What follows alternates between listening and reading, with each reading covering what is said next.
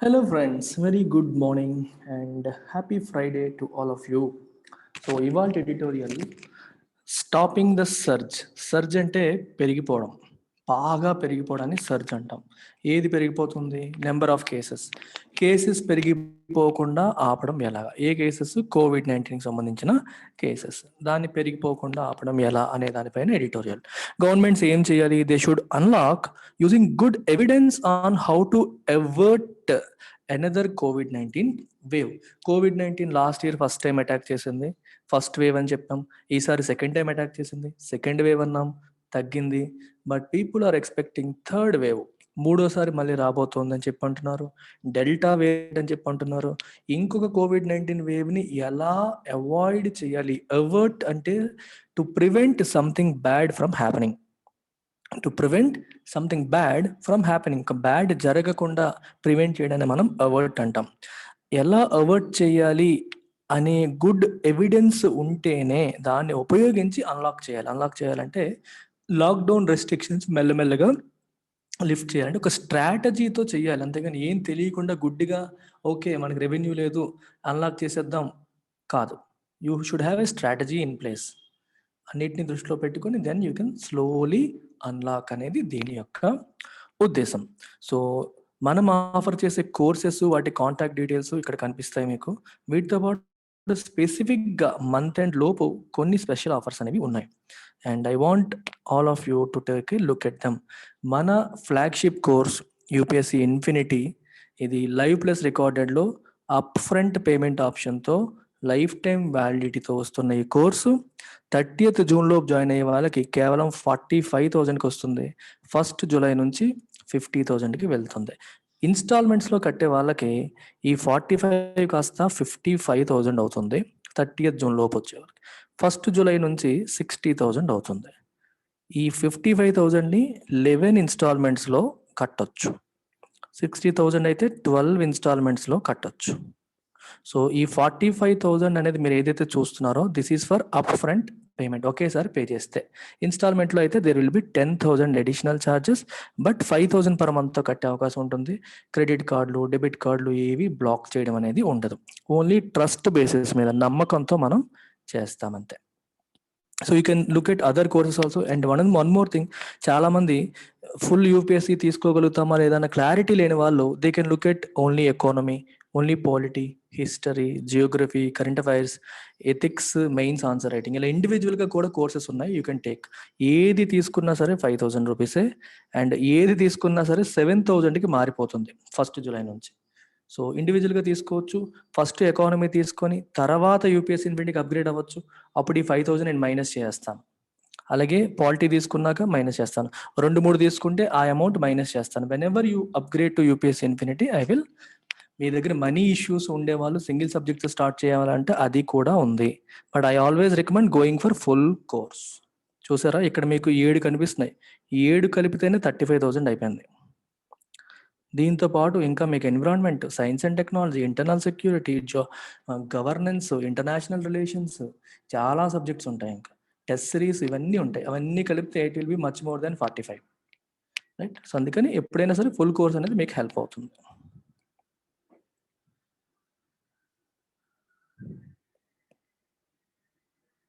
సిమిలర్గా bank exams prepare అయ్యే వాళ్ళకి కూడా we do have some good offers. Especially this is our flagship course as far as bank exams are concerned. ఇది మీరు చూసారు ఒకసారి, బ్యాంక్ సుప్రీం ఇన్ఫినిటీ అంటాను. ఇది బ్యాంక్ ఎగ్జామ్స్ పరంగా ఉన్న top most exams. RBI grade B, NABARD grade A, SEBI grade A, మూడింటిని cover చేస్తుంది. Plus bank exams, PO clerk and SSC CGL, 5 ఎగ్జామ్స్ని కవర్ చేసే కోర్సు బ్యాంక్ సుప్రీం ఇన్ఫినిటీ. 30 జూన్లోపు జాయిన్ అయితే 10,000, తర్వాత 15,000 అవుతుంది. దాంట్లో phase 1, phase 2 interview all phases కూడా కవర్ చేస్తాను. And majority portion will be handled personally by me. నేనే చెప్తాను చాలా వరకు కూడా. అండ్ Bharati madam handles these courses. You can call this number. After a debilitating second wave of COVID-19, cash-strapped state governments have responded to falling cases with a swift unlock program in most districts. Debilitating అంటే weakening. మనల్ని బాగా weekend చేసిన, మనల్ని బాగా దెబ్బతీసిన అనే దానికి ఏమంటారు? Debilitating అంటాం. After a debilitating second wave of COVID-19 వచ్చిన తరువాత అది ఎలాంటిది? రాష్ట్రాన్ని పూర్తిగా వీకెండ్ చేసి డ్యామేజ్ చేసిన ఈ సెకండ్ వేవ్ వచ్చిన తర్వాత క్యాష్ స్ట్రాప్డ్ స్టేట్ గవర్నమెంట్స్, అంటే పూర్తిగా చేతుల్లో క్యాష్ లేక స్ట్రాప్ అయిపోయింది, పూర్తిగా చేతుల్లో క్యాష్ లేని, ఆదాయ మార్గాలు లేని పరిస్థితికి వచ్చేసిన state governments have responded to falling cases with swift unlock programme. కేసులు తగ్గిపోతున్నాయిగా రోజు రోజు, కోవిడ్ కేసులు.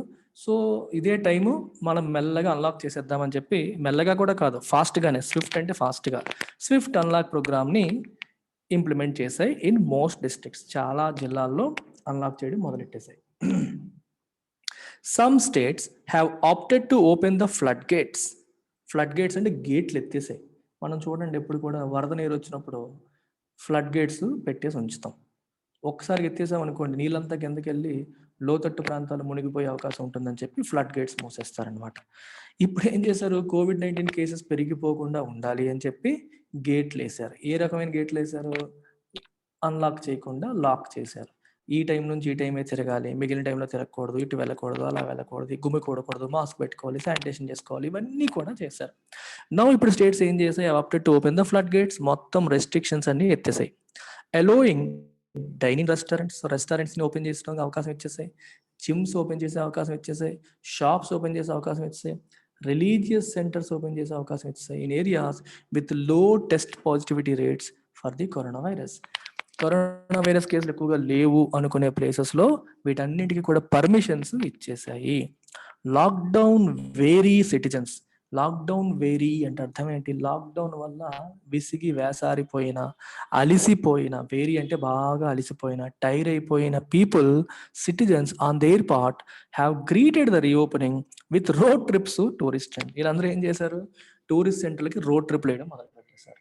రీఓపెనింగ్ అయిపోయిందిగా, ఇంకెందుకు టైం వేస్ట్ అని started road trips to tourist centres, even travelling across interstate borders అంటే ఈ స్టేట్ నుంచి ఆ స్టేట్, కేరళ వెళ్ళిపోతున్నారు, తమిళనాడు వెళ్ళిపోతున్నారు, బార్డర్స్ దాటి కూడా వెళ్ళిపోతున్నారు. ఎందుకంటే అలిసిపోయాం, ఎన్నాళ్ళు ఉంటాం ఇంట్లో, చికాకు వచ్చేస్తుంది, లెట్స్ గో అవుట్ అని వెళ్ళడం మొదలు పెట్టారు.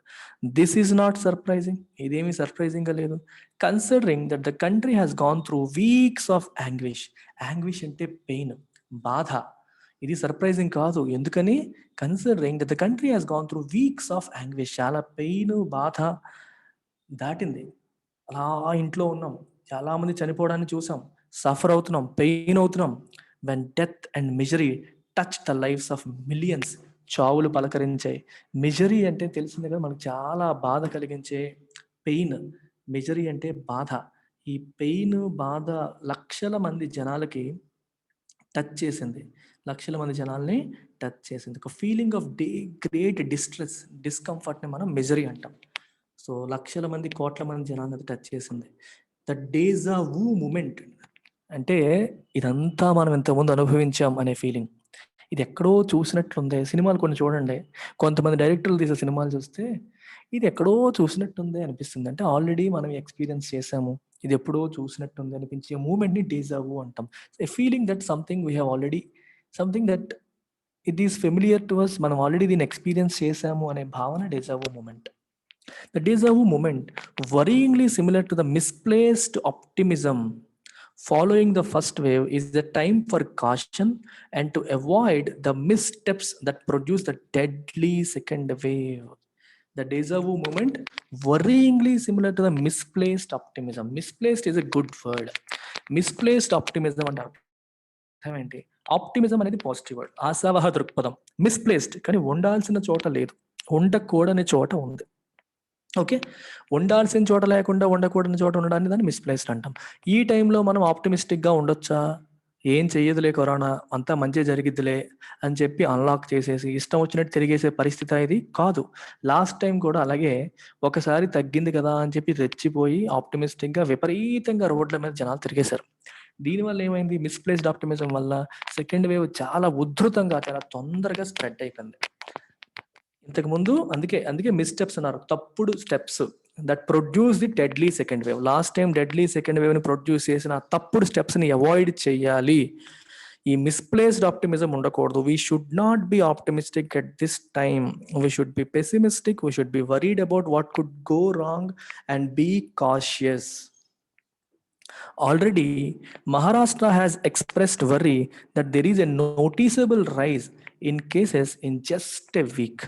The experience of other states will soon be known. Maharashtra ఏం ఎక్స్ప్రెస్ చేసింది? That there is a noticeable rise in cases in just a week. ఒక్క వారంలోనే there is a noticeable rise in cases. అంటే cases ఒక్కసారిగా పెరిగిపోయాయి. ఇలా unlock చేశారో లేదో కేసులు పెరగడాన్ని మహారాష్ట్ర అబ్జర్వ్ చేసింది అండ్ దాని పట్ల వర్రీ, బాధని వ్యక్తపరిచింది. The experience of other states will soon be known. Other states యొక్క ఎక్స్పీరియన్స్ కూడా మనకి అతి త్వరలో తెలియబోతుంది. అర్థమైందా? The experience of other states will soon be known. ఎందుకంటే మిగిలిన రాష్ట్రాలు కూడా మెల్లమెల్లగా ఓపెన్ చేసేస్తున్నాయి కాబట్టి. It is a lot to be concerned about. ఆందోళన చెందాల్సిన విషయం చాలా ఎక్కువగా ఉంది. There is a lot to be concerned about, since the highly transmissible Delta variant of the virus that overran cities and rural areas in April, May continues to threaten unvaccinated populations, senior citizens, and people with weak immunity in particular. Highly transmissible. Transmissible అంటే చాలా తొందరగా transmit అవ్వగలిగే delta variant అనేది ఉంది. Okay, Delta variant అనేది that overran cities and rural areas in April to May. Overran అంటే spread అని అర్థం. మొత్తం ఏప్రిల్ టు మే ప్రాంతంలో సిటీస్ మరియు రూరల్ ఏరియాస్ లో కంప్లీట్ గా స్ప్రెడ్ అయిన ఈ variant continues to threaten unvaccinated populations. అంటే వ్యాక్సినేషన్ తీసుకోని వాళ్ళని ఇది ఇంకా భయపెడుతూనే ఉంది. సీనియర్ సిటిజన్స్ ని భయపెడుతూనే ఉంది అండ్ పీపుల్ విత్ వీక్ ఇమ్యూనిటీని భయపెడుతూనే ఉంది. వీక్ ఇమ్యూనిటీ అంటే ఇమ్యూనిటీ సరిగ్గా లేని వాళ్ళు, అంటే ప్రొటెక్షన్, న్యాచురల్ ప్రొటెక్షన్ అనేది సరిగ్గా లేని వాళ్ళని ఇంకా ఎక్కువగా, అది వ్యాధి నిరోధక శక్తి సరిగ్గా లేని వాళ్ళని కూడా భయపెడుతుంది. ద లైక్లీ రిస్క్ ఫర్ చిల్డ్రన్కి ఈసారికి రిస్క్ ఉండవచ్చు అంటున్నారు. The likely risk for children also causes apprehension. Apprehension అంటే ఒక రకమైన భయం, ఏదో జరిగిపోతుంది అన్న ఆందోళన, మనం ఏమంటాం? అప్రహెన్షన్ అంటాం. Something bad is going to happen అనే ఫీలింగ్ని మనం అప్రహెన్షన్ అని చెప్పి అంటాం. సో ఏంటది? ద లైక్లీ రిస్క్ ఫర్ చిల్డ్రన్కి ఏదైనా అయిపోవచ్చు, ఈసారి చిల్డ్రన్ టార్గెట్ చేస్తుందంట అనే భయం కూడా మనలో వచ్చేసింది. That it has morphed into రూపాంతరం చెందడం ఇంటూ ఏ డెల్టా ప్లస్ వేరియంట్ గా మ్యూటేషన్ చెందింది. దాని జీన్స్ లో మ్యూటేషన్ చెంది, అంటే వ్యాక్సినేషన్ ద్వారా దానికి నష్టం కలుగుతుంది, దాని ప్రాణాలకి హాని ఉంటుంది. సో వ్యాక్సినేషన్ వల్ల మన ఇమ్యూనిటీ సిస్టమ్ అనేది బూస్ట్. వ్యాక్సినేషన్ ఏం చేస్తుంది చెప్పండి? వ్యాక్సినేషన్ ఏం చేస్తుంది? శత్రువు ఎలా ఉంటాడు అనే దాన్ని మన ఇమ్యూనిటీ సిస్టమ్కి చూపిస్తుంది. వ్యాక్సినేషన్ అంటే అర్థం అదే కదా. What is vaccine? మనకి ఏ క్రిమి వల్ల అయితే మనకి హాని కలుగుతుందో ఆ క్రిమి లేకపోయినా సరే ఆల్రెడీ మన బాడీలోకి ఉన్నట్టుగా ఒక ఫేక్ రెస్పాన్స్ని క్రియేట్ చేయడం.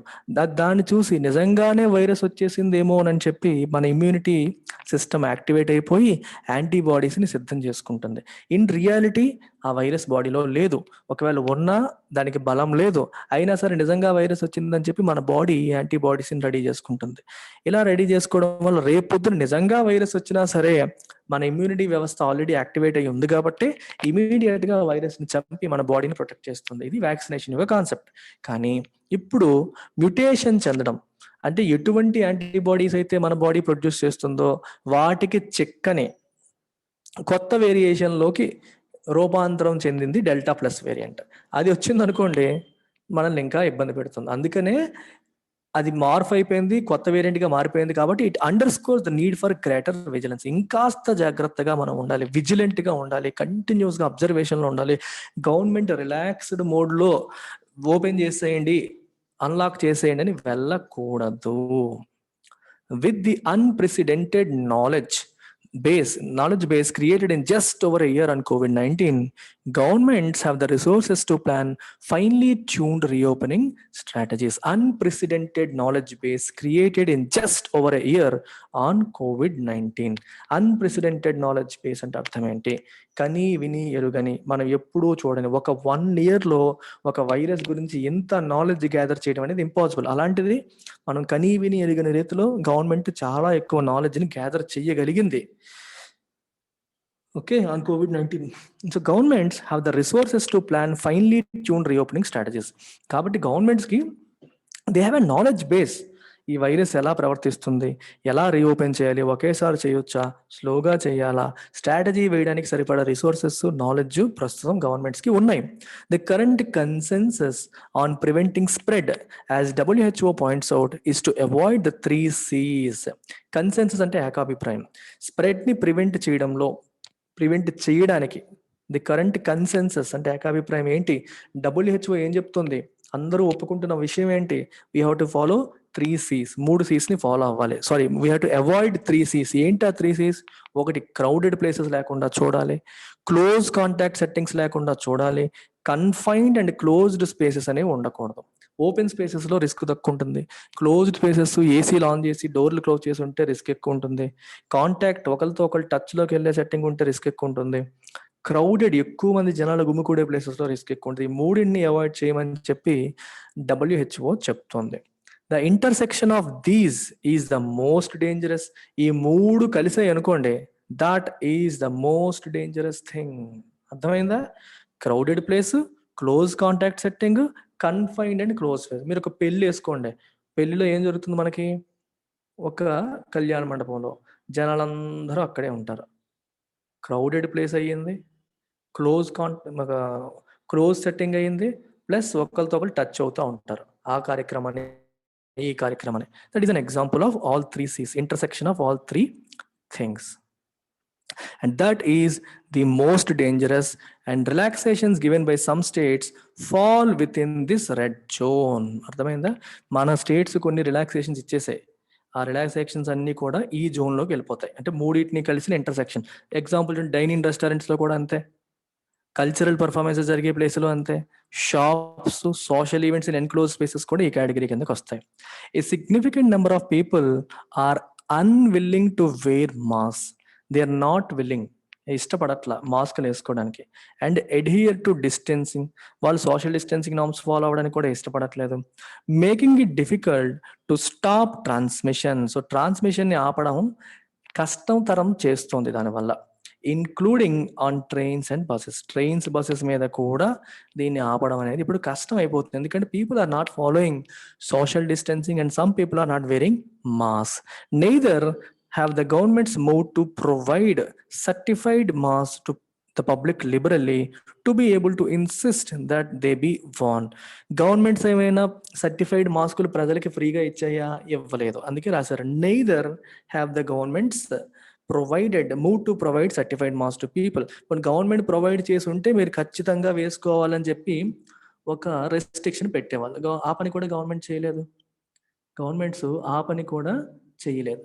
అవి కూడా చేయలేదు కాబట్టి గవర్నమెంట్స్ గట్టిగా ఇన్సిస్ట్ చేయలేని పరిస్థితికి వచ్చేసాయి.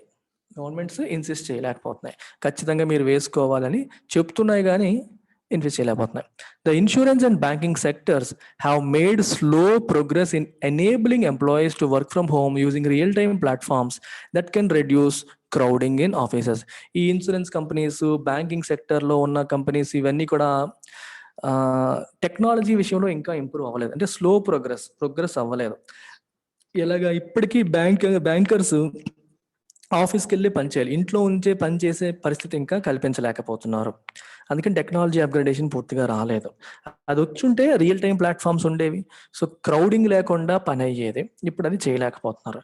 It is clear that until vaccines are freely available and cover every individual, economy can reopen with a modicum of safety only with strong leadership. It is ఏంటి clear? Until vaccines are freely available, vaccines అందరికీ ఫ్రీగా అందరికీ అవైలబుల్గా వచ్చేంత వరకు, and cover every individual, ప్రతి ఇండివిజువల్ని cover చేసేంత వరకు, the economy can reopen with a modicum of safety.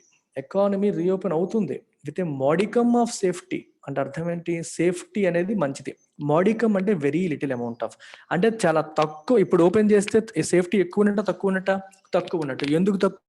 ఎక్కువ ఉన్నట్టు డెల్టా ప్లస్ వేరియంట్ వచ్చే అవకాశం ఉంది, క్రౌడెడ్ ప్లేసెస్ వస్తాయి, అందరికీ వ్యాక్సినేషన్ అవ్వలేదు. సో సేఫ్టీ తక్కువ. మోడికమ్ మీన్స్ చాలా తక్కువ అని అర్థం, సంథింగ్ వెరీ లిటిల్. కాకపోతే అది పాజిటివ్ థింగ్లో it has a modicum of truth అన్నారు అనుకోండి, దీంట్లో చాలా తక్కువే నిజం ఉంది అంటే అబద్ధం ఎక్కువ ఉంది అని అర్థం. అట్లాంటివి అనమాట. మంచి క్వాలిటీ తక్కువ ఉంది అని చెప్పినప్పుడు మోడికమ్ వాడతాం. Only with strong leadership. మరి పరిస్థితులన్నీ వ్యతిరేకంగా ఉన్నా సరే ఎలా ఓపెన్ చేయొచ్చు ఎకానమీని? ఆ లీడర్షిప్ స్ట్రాంగ్గా ఉంటే మాత్రమే. అంటే సరైన లీడర్ రాష్ట్రానికి ముందుండి నడిపిస్తే మాత్రమే చేయొచ్చు. అంటే రిలాక్సేషన్స్ ఇస్తారు కానీ పూర్తిగా ఎవరు, సరైన రేల్స్, రెగ్యులేషన్స్, స్ట్రాటజీ ఇన్ ప్లేస్ పెట్టి ఒక డైరెక్షన్ ఇచ్చే సీఎం ఉంటేనే మనం చేయొచ్చు అని అర్థం. A record vaccination rate on any given day may encourage more people to come forward to be immunised. మనకి చూసాం రీసెంట్గా ఒక రోజులోనే ఇన్ని లక్షల మందికి మనకి COVID-19 వ్యాక్సినేషన్ జరిగింది అని. అది ఎందుకు చేస్తారంటే 2 రకాలు. ఒకటి ఇంత చేస్తున్నామని చెప్పుకోవడానికి ఒకటి, రెండవది చాలా మంది వ్యాక్సిన్లు వేసుకోవాలా వద్దా అని ఆలోచించేవాళ్ళు. వ్యాక్సిన్ హెజిటెన్సీ ఉన్న వాళ్ళని ఎంకరేజ్ చేస్తుంది. ఇన్ని లక్షల మంది వేసుకున్నప్పుడు మనం ఎందుకు ఆలోచిస్తున్నాము అని చెప్పి they will come forward and go for vaccination. దానికి కూడా అది హెల్ప్ అవుతుంది. But there are not enough doses available. Enough డోసులు ఉన్నాయా అంటే లేవు. And data show rural areas are doing badly. Data ఏం చూపిస్తుంది? రూరల్ ఏరియాస్ సరిగ్గా లేవు compared to urban areas. Even for the first dose కూడా దొరకట్లేదు రూరల్ ఏరియాస్లో. అర్బన్ ఏరియాస్లో సెకండ్ డోసులు కూడా అవుతున్నాయి. The centre is cautious this time. Centre కూడా ఈ విషయంలో ఈసారి జాగ్రత్తగా ఉంది. Warning of a third wave రావచ్చని సెంటరే వార్న్ చేస్తోంది ఎయిమ్స్ ద్వారా. బట్ ద ఇంపెరిటివ్ అంటే what is important now is to open windows of activity gradually. Activity పూర్తిగా క్లోజ్ చేయాలంటే చేయకూడదు, ఎందుకంటే ఆ లైవ్లీహుడ్స్, జీవనాధారం దెబ్బతింటుంది. సో గ్రాడ్యువల్గా విండోస్ ఆఫ్ యాక్టివిటీని ఓపెన్ చేసి without dropping the ball on safety విషయంలో గార్డ్ డ్రాప్ చేయకుండా, పూర్తిగా వదిలేయకుండా సేఫ్టీ మీద ఒక కన్నేసి వస్తూ మెల్లగా రీఓపెన్ చేయడం అనేది ఇప్పుడు imperative. That is something very important right now. This is about it, right? So ఆపే ముందు మళ్ళీ చెప్తున్నాను, especially for those who are weak in ఇంగ్లీష్లో వీక్ ఉండి ఎడిటోరియల్ ఫాలో అవుతున్న వాళ్ళకి నేను మళ్ళీ రిపీటెడ్గా మీకు చెప్తున్నాను, this is for your own benefit. Note down this number. ఈ నెంబర్ నోట్ చేసుకోండి. ప్రతిరోజు రాత్రి 7 గంటలకి లైవ్ క్లాస్ ఉంటుంది, ఇంగ్లీష్ క్లాస్. అందులో మీరు జాయిన్ అయితే యూ విల్ హ్యావ్ బ్యాంక్ ఎగ్జామ్స్కి సంబంధించిన ప్రిలిమ్స్ అండ్ మెయిన్స్, ఎస్ఎస్సి సిజిఎల్కి సంబంధించిన ప్రిలిమ్స్ అండ్ మెయిన్స్, అలాగే యూపీఎస్సి ఆస్పిరెంట్స్కి న్యూస్ పేపర్ చదవడం, వొకాబులరీ పిక్ చేసుకోవడం లాంటి స్కిల్స్ బిల్డ్ అవుతాయి. ఇది నెంబర్. ఈ నెంబర్కి కాల్ చేయండి. దీనికి ఫీజు ప్రస్తుతానికి 2,000 రూపాయలు ఉంది. 1st జూలై నుంచి it will become 3,000. Don't waste time. Take care. Bye.